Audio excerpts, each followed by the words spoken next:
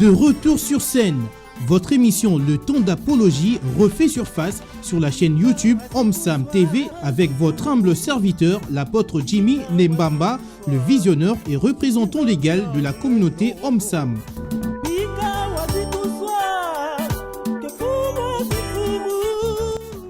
Un rendez-vous à ne pas manquer chaque jeudi à 20h juste sur Omsam TV.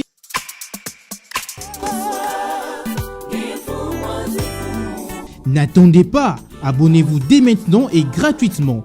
Que Dieu vous bénisse.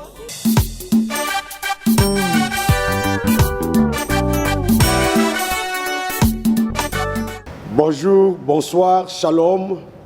Nous ne savons pas à quelle heure vous nous suivez sur YouTube. Comme nous l'avons dit, c'est chaque jeudi à partir de 20h. Si vous entrez sur YouTube, vous allez trouver le message, l'enseignement que nous vous présentons par l'émission Temps de l'Apologie. Temps de l'Apologie est l'émission que vous trouvez sur Omsam TV, qui fait partie de la grande communauté Ève missionnaire pour le salut des âmes dans le monde, Omsam. Et nous sommes vraiment dans la joie pour remercier tous nos internautes qui ont suivi l'émission. Nous avons vu le nombre de vies s'élever et nous avons vu un bon nombre de gens s'abonner. Ce que nous vous demandons, votre aide, votre participation, d'essayer de vous abonner et de temps à autre aussi commenter l'émission. Et si vous avez des suggestions, des remarques, vous pouvez nous les faire. Et à chaque fois que nous viendrons dans une autre émission, et si vos suggestions, vos remarques sont fondées, nous pourrons vous répondre d'une manière ou d'une autre. Soyez bénis, vous qui nous suivez de partout dans le monde, où vous vous trouvez aux États-Unis, en Europe, en Océanie et partout, à Kinshasa. C'est l'heure de votre émission Temps de l'Apologie. C'est vrai que nous avons commencé notre première mission en vous parlant du concept apologie, concept apologétique.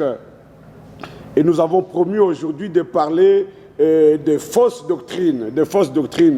Mais l'enseignement des fausses doctrines, nous allons le trouver dans ce que nous allons appeler comment reconnaître une secte pernicieuse. Comment les reconnaître. Alors, pour aujourd'hui, pour commencer à vous parler de versets bibliques qui nous parlent de fausses doctrines, pour vous parler des sectes pernicieuses, nous avons deux termes que nous allons essayer de définir. Le premier terme, c'est le terme syncrétisme. Et le deuxième terme, ça sera le terme écuménique. Et vous verrez que dans le terme syncrétisme et dans le deuxième terme écuménique, c'est là où naissent toutes ces sectes pernicieuses. Alors, par définition, quand on parle du syncrétisme, on fait allusion à un mélange d'influences. Quand on parle de syncrétisme, vous savez que dans l'émission Temps de l'Apologie, nous serons toujours bilingues, nous parlerons lingala, nous parlerons français, parce que nous voulons aussi que nos enfants de Dieu au Congo, à Kinshasa, de nous suivre aussi et de comprendre le message à lingala. Mais quand nous serons obligés que le message soit plus écouté par nos frères qui sont dans l'espace francophone, là les amis de lingala pourront nous excuser. Nous serons obligés de faire toute l'émission en français pour donner l'occasion à ceux qui nous suivent à Burkina Faso, au Côte d'Ivoire, Congo-Brazzaville, Gabon, Bénin, de saisir la profondeur de l'enseignement. Le premier terme que nous allons définir, c'est le terme syncrétisme. Syncrétisme est un mélange d'influences. Un mélange d'influences. Le terme syncrétisme vient du grec synkrétismos, qui signifie union de crétos, des crétois spirituaux, qui signifie initialement une coalition guerrière. Dans le temps où on a parlé du syncrétisme, hein, c'était une jonction, c'était un mélange des armées. Supposons que mon pays est attaqué et je peux prendre mes guerriers en se rendant compte que Baza a un nombre réduit, je fais appel à d'autres guerriers qui peuvent venir de partout. Ils vont faire l'ensemble, ils vont faire la coalition guerrière. C'est là où est sorti le mot syncrétisme, influence, mélange d'influence. Mais ce terme syncrétisme s'est étendu à toute forme de rassemblement de doctrines disparates. Alors, là où on prend les doctrines de X, du grec, des Z, toutes ces doctrines qui ne sont pas conformes dans la parole de Dieu, là on appelle ça syncrétisme. Donc quand on rassemble des doctrines disparates. Et vous savez, dans l'émission Temps de l'apologie, nous laissons parler la Bible parce que la Bible s'explique par elle-même. Dans l'émission Temps de l'apologie, nous faisons l'apologie des doctrines fondamentales. Pourquoi doctrine fondamentale? C'est comme la colonne vertébrale d'un homme. Donc, tout ce qui n'est pas conforme la Sainte Écriture, comme a dit l'un des réformateurs de l'Église, Martin Luther, sol scriptura, seules les Écritures saintes. Donc, tout ce qui peut être hors la parole de Dieu, hors la doctrine chrétienne, hors les doctrines fondamentales, nous les mettons dans le cadre du syncrétisme. Et aujourd'hui, dans le monde, nous avons le rassemblement de plusieurs doctrines disparates. Et nous appelons ça syncrétisme, donc mélange. Et le mot syncrétisme est aussi utilisé à propos de religion. Et quand on parle du syncrétisme religieux, donc tout ce qui peut paraître donner forme, image d'une religion, mais quand c'est du syncrétisme religieux, ce n'est pas du fondamental, ce n'est pas du vrai, ce n'est pas d'exact. C'est ce que vous devez comprendre. Et c'est du syncrétisme est sorti et toutes ces sectes pernicieuses, où vous pouvez voir dans leurs enseignements, dans leurs doctrines, ce qui est vrai et ce qui est faux. Ce qui est normal et ce qui est anormal. Ce qui est sain et ce qui n'est pas sain. Et on les met dans le mélange. Ça, c'est du syncrétisme. Et le deuxième terme, c'est le terme écuménique. Le terme écuménique. Écuménique. Le terme écuménique, frères et sœurs, nous allons vous expliquer le terme écuménique. Je m'en vais pour vous expliquer le terme écuménique. Ok. Qu'est-ce que l'écuménisme?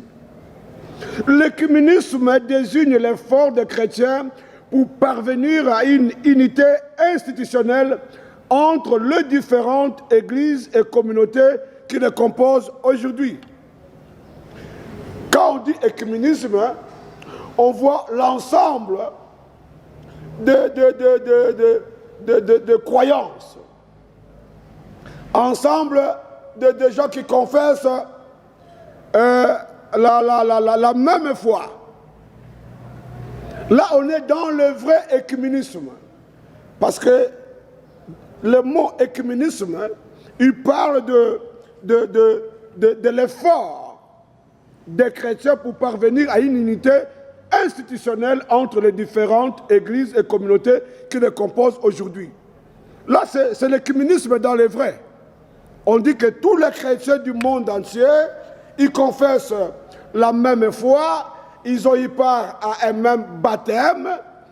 Là, quand on les réunit tous, qu'ils soient au Congo, qu'ils soient dans toute l'Afrique, qu'ils soient en Europe, qu'ils soient en Amérique, en Océanie, tous les chrétiens réunis, peu importe leur dénomination, là on peut parler du vrai écuménisme. Mais aujourd'hui, le mot écuménisme est utilisé dans le faux. Dans le faux. C'est que l'écuménisme n'est pas. C'est vrai, frères et sœurs. C'est que l'écuménisme n'est pas. L'écuménisme est de plus en plus employé pour désigner les dialogues des chrétiens avec les juifs. Non seulement avec les juifs, avec les membres d'autres religions. Les juifs, vous savez, les juifs sont le peuple de Dieu, par alliance avec Abraham. Ils ont leur religion, le judaïsme. Mais vous trouverez dans le judaïsme des gens qui continuent toujours à croire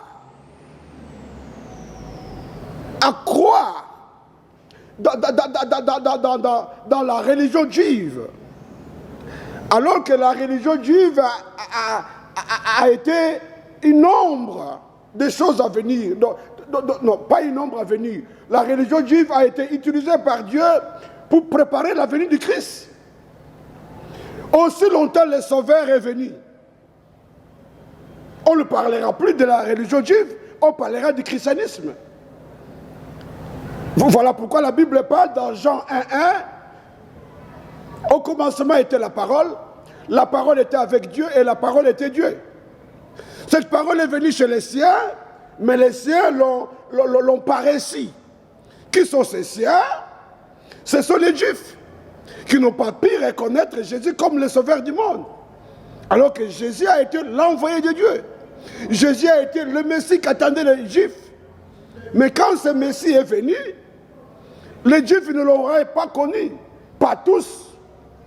Mais un bon nombre de Juifs ne reconnaissent pas Jésus comme Messie. Ils attendent notre Messie qui va venir.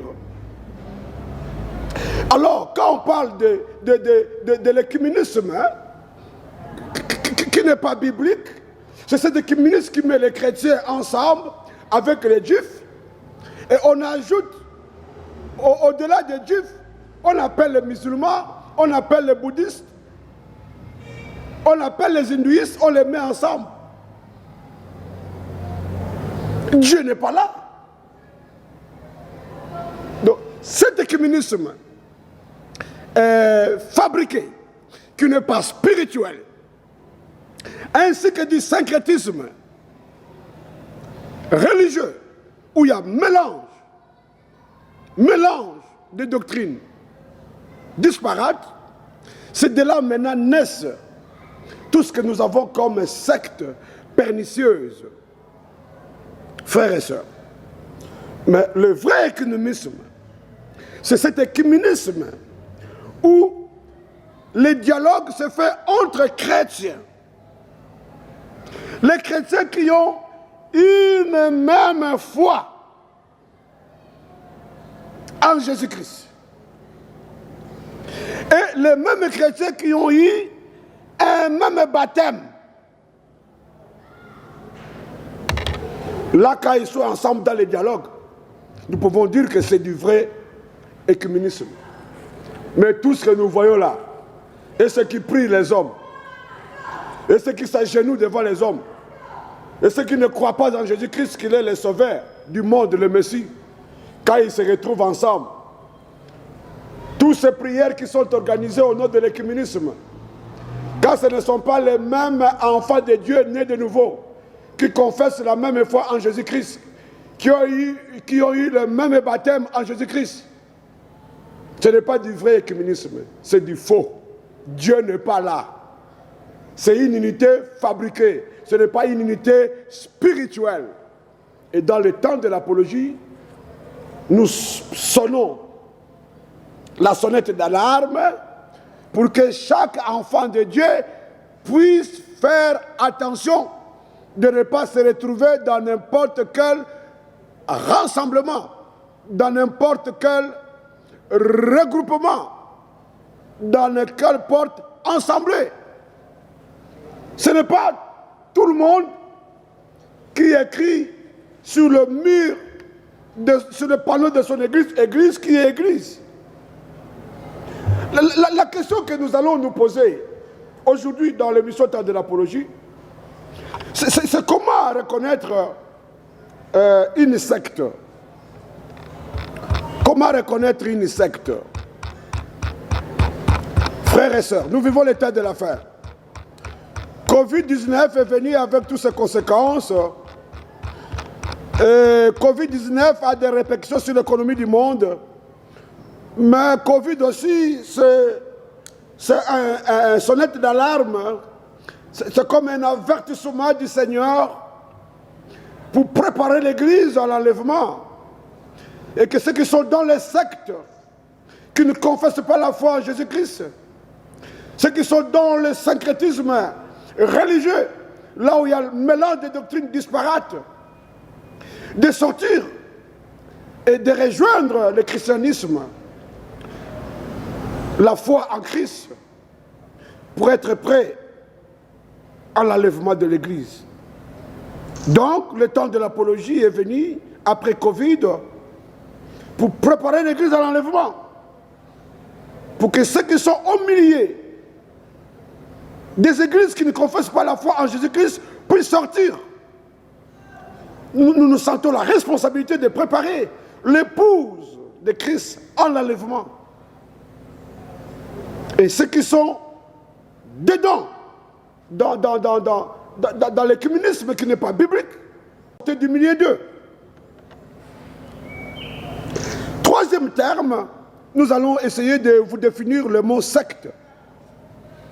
Comment reconnaître les sectes et leurs faux prophètes? Parce que tous ceux qui sont dans les sectes, ils sont des faux prophètes. Et nous en comptons un grand nombre. Aujourd'hui, dans l'Église. Qu'est-ce qu'une secte? Le troisième terme, nous avons défini les termes syncrétisme, nous avons défini le deuxième terme écuménisme, et nous avons parlé de ce que l'écuménisme n'est pas. Et au troisième terme, nous allons définir le mot secte. Le mot secte. Qu'est-ce qu'une secte? Une secte, c'est un parti formé au sein d'une religion et groupant les adeptes qui suivent la même doctrine. Vous voyez? Une secte, un parti formé au sein d'une religion. Donc on peut avoir au sein d'une religion un parti qui groupe les adeptes qui suivent la même doctrine. Les sectes vient en effet du latin segui, qui signifie suivi. En fait, les gens qui sont dans les sectes, ce sont des suiveurs. Très souvent, ce sont des gens qui ne se posent pas la question, on nous amène où? On nous amène où? Alors que la Bible nous renseigne dans les Actes des Apôtres, on nous parle de chrétiens de Béret, où quand on les enseignait la parole de Dieu, eux-mêmes, ils avaient leur Bible pour vérifier si ce qu'on leur enseignait était exact et était correct. Les Actes des Apôtres rendent témoignage des chrétiens de Béret qui n'étaient pas des suiveurs. Dans les sectes, on a des suiveurs. Je vous donne l'exemple d'une secte pour comprendre comment ils sont suiveurs. Comment quelqu'un, vous savez, qu'il est né au Congo, par exemple, que vous connaissez son père, que vous connaissez sa mère, qu'il a des frères et sœurs, que vous commencez à vénérer comme Dieu, comme Saint-Esprit. Comment vous pouvez expliquer ça? Mais vous verrez dans ces communautés-là, dans ces religions-là, beaucoup de gens, même les intellectuels, ils font le nombre déjà jusqu'au niveau de docteurs dans leur théologie, qui croient dans des hommes qu'ils ont fait des dieux. Donc vous comprenez? Et dans les sectes, il y a une puissance de Satan qui vègue l'intelligence des gens. Vous verrez que des gens posés, intellectuels, les gens qui ont toutes les facultés, mais qui croient dans des illusions, des choses qui ne sont pas vraies. Il y a des religions qui ont fait de leur chef de Jésus-Christ, par exemple.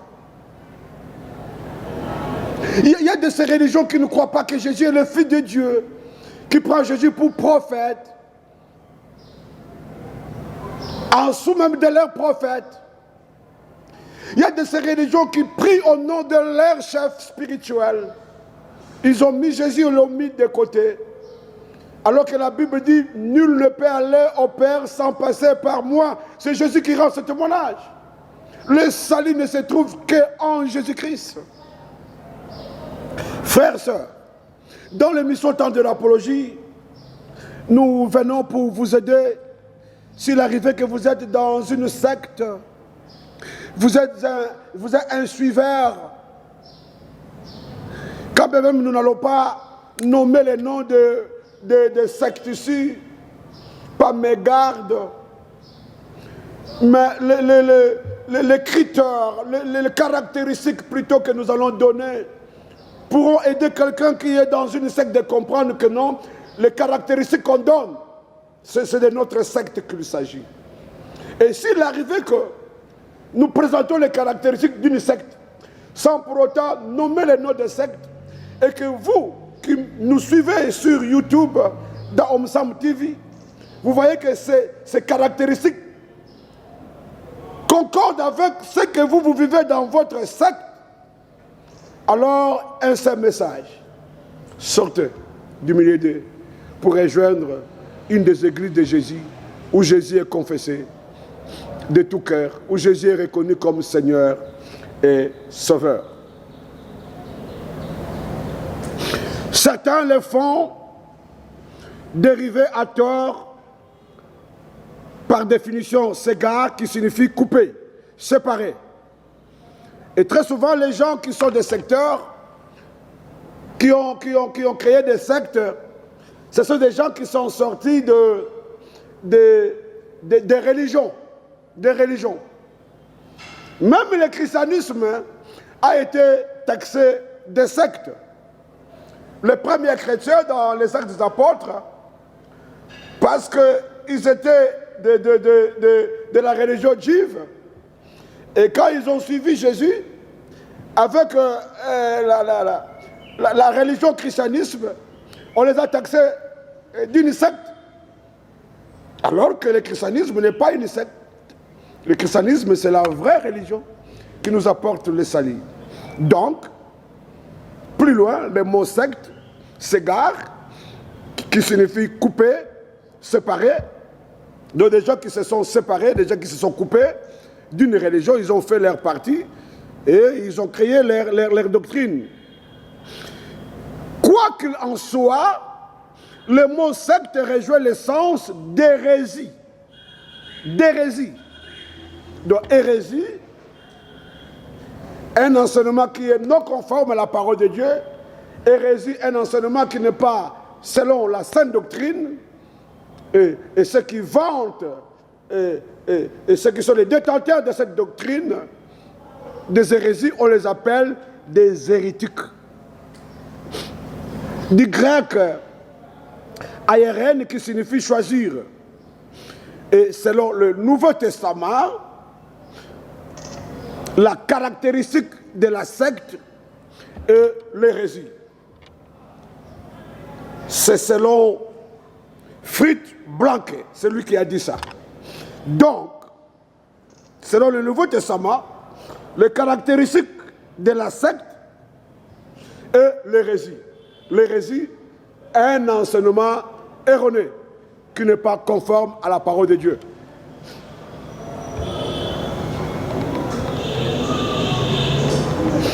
Déjà, vous allez vous remarquer dans le Nouveau Testament, du temps de Jésus-Christ, on distinguait chez les Juifs diverses sectes.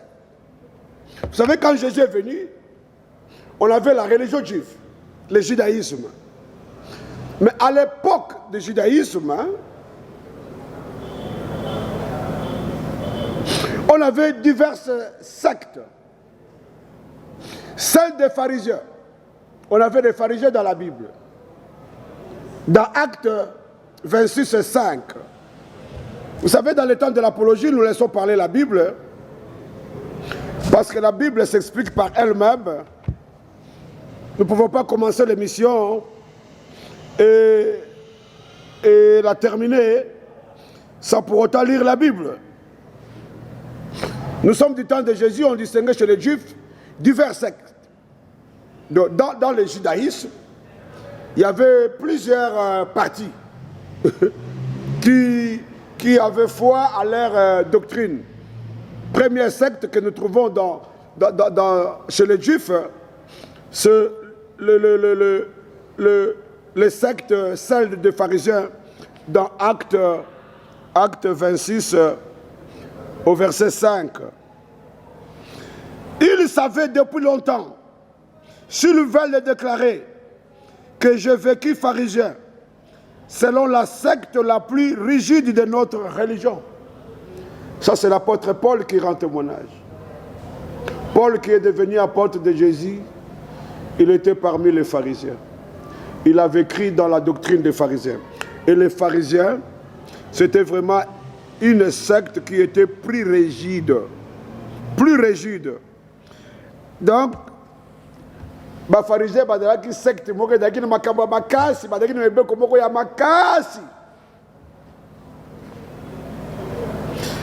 puis le deuxième secte, groupe de juifs, ce que nous appelons les Sadducéens.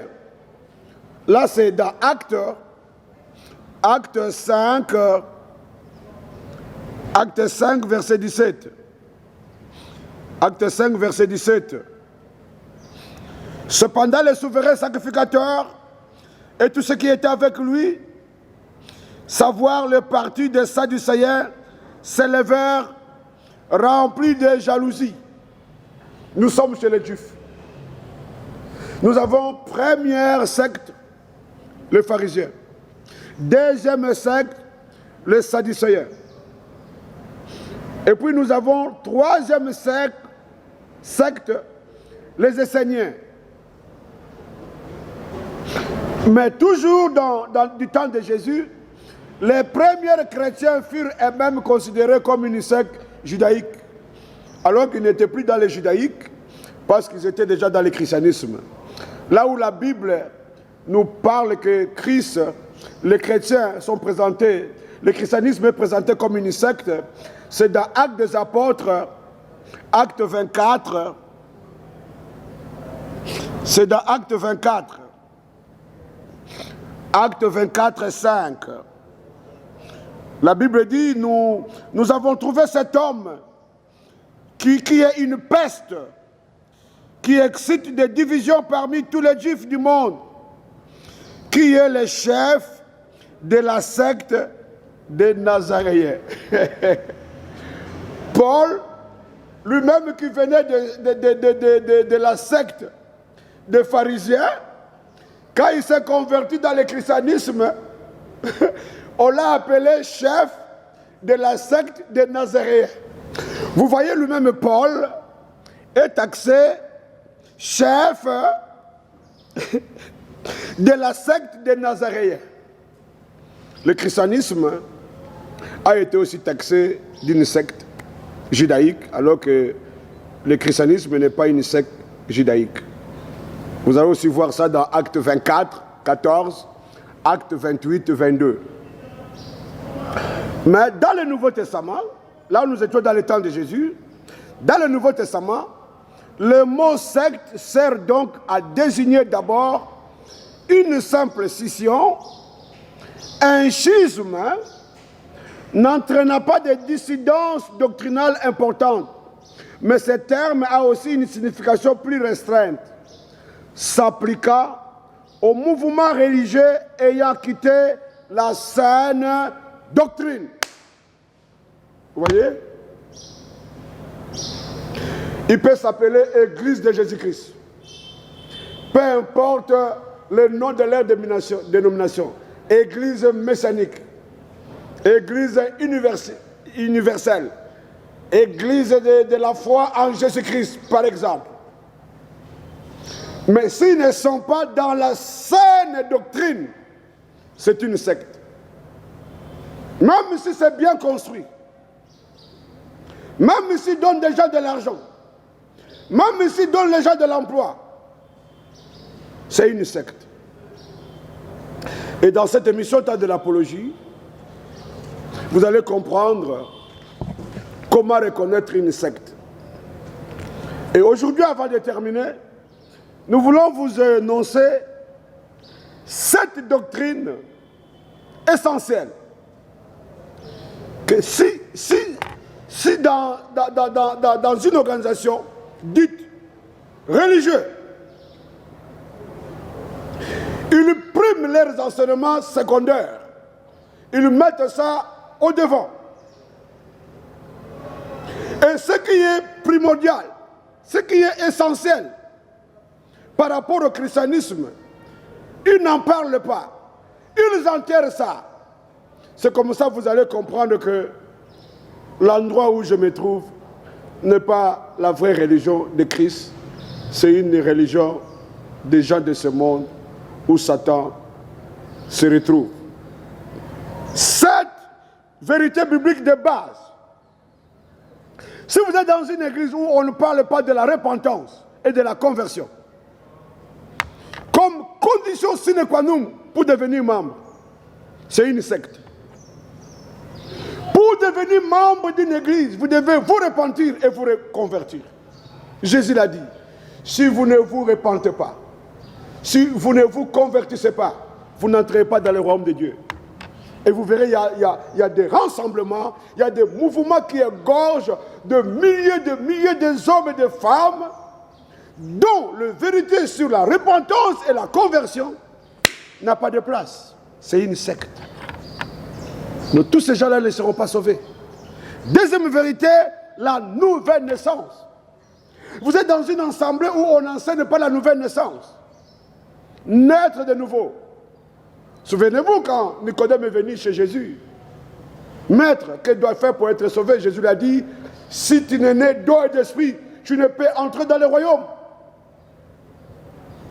Donc quand vous êtes dans une église, dans une communauté, où on ne parle pas de la nouvelle naissance, où on n'est pas passé par la nouvelle naissance, où on n'est pas né de nouveau, c'est une secte. Troisième vérité fondamentale, c'est l'assurance du salut. Si on ne vous enseigne pas Jean chapitre 1er, j'aimerais que nous lisons ça. Jean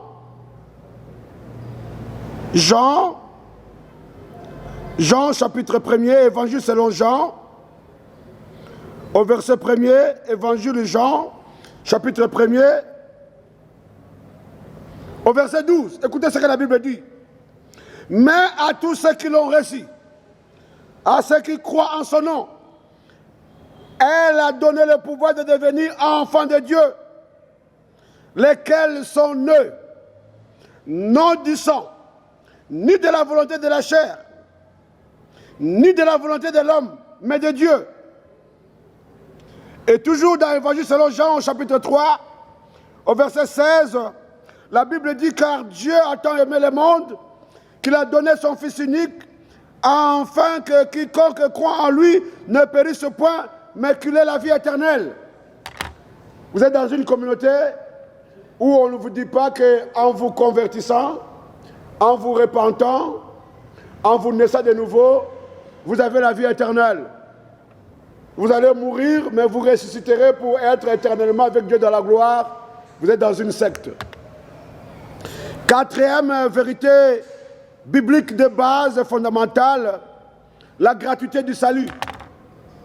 Vous devez être dans une église où on vous dit, vous êtes sauvés par la grâce, seulement au moyen de la foi.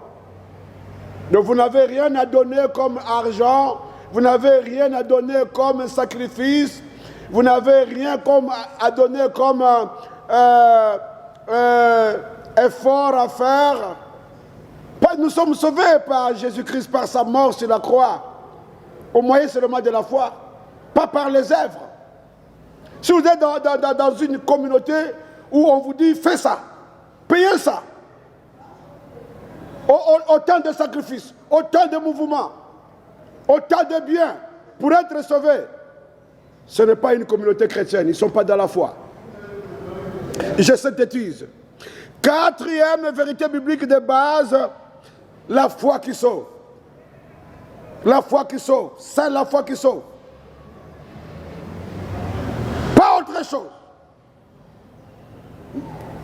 Diplôme nangate mutekobiki sangai, kimobai nangate mutekobiki sangai, mbongo nangate mutekobiki sangai, position nangate na société mutekobiki sangai, ba titre nangate mutekobiki sangai, kimwasi nangate, pembe nangate munene nangate, munoko nangate na zakoloba, ekolo nangate, mutekobiki sangai, oyo kobiki sangai eza bobele kondima na Yesu Kristo. Si vous n'êtes pas dans une église, si vous êtes dans une église, bazote à makambote, bazo biso kobika pozo lo bamuno mboka la biso. Bima, c'est une secte. 6e vérité biblique de base, le sacrifice expiatoire unique. Sacrifice expiatoire unique. Donc vous êtes dans une église où on reconnaît, nous sommes sauvés seuls par le sacrifice de Jésus-Christ. Et enfin, 7e vérité biblique de base, c'est la sanctification. Si vous êtes dans une église, on ne parle pas de la sanctification, c'est une secte. Recherchez la paix avec tous, ainsi que la sanctification sans laquelle nul ne verra Dieu. Soyez bénis, frères et sœurs, vous qui nous avez suivis. C'est votre émission Temps de l'Apologie sur Omsam TV. Abonnez-vous, partagez cette émission, demandez à vos frères et sœurs de vous abonner. Nous allons nous retrouver à la prochaine pour faire la suite de ce grand thème, comment reconnaître une secte ainsi que les faux prophètes. Que Dieu vous bénisse, à la prochaine. Nous attendons vos questions dans les chats et nous allons vous répondre. Père Céleste, bénis tous ces mondes qui nous ont suivis. Laisse que ces enseignements puissent aider ceux qui sont dans les sectes de sortir, de rejoindre la grande famille du christianisme. À toi seul la gloire. Au nom de Jésus, j'ai prié. Amen. Que Dieu vous bénisse.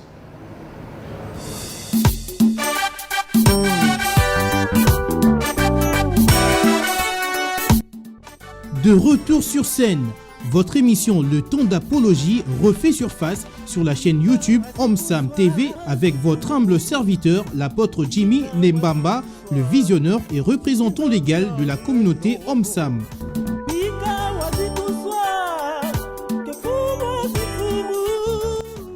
Un rendez-vous à ne pas manquer chaque jeudi à 20h juste sur Omsam TV.